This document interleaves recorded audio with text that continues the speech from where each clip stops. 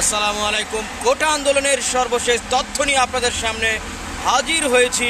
আপনারা জানেন যে চলমান কোটা আন্দোলনের কারণে সারা বাংলাদেশের সকল শিক্ষা প্রতিষ্ঠানে কিন্তু একটি অস্থিতিশীল পরিস্থিতি সৃষ্টি হয়েছে। গতকাল কিন্তু এর একটি জ্বলন্ত উদাহরণ আমরা দেখেছি।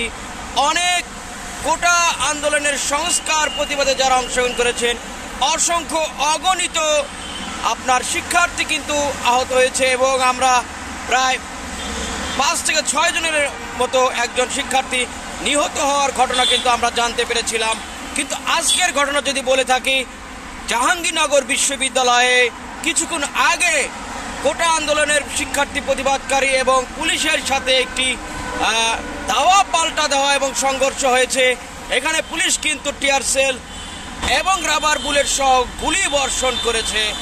এই হচ্ছে পরিস্থিতি এবং সারা বাংলাদেশেই কিন্তু প্রতিটি প্রতিষ্ঠানে কিন্তু একটি থমথমে অবস্থা বিরাজ করছে। আমরা দুপুর নাগাদ এবং বিকালে জানতে পেরেছিলাম যে ঢাকা বিশ্ববিদ্যালয় সহ জাহাঙ্গীরনগর ইউনিভার্সিটি অনেক ভার্সিটিতে কিন্তু ঘোষণা করা হয়েছে যে অনতি বিলম্বে শিক্ষক এবং শিক্ষার্থী সহ সবাইকে হল ছাড়ার ঘোষণা করা হয়েছিল।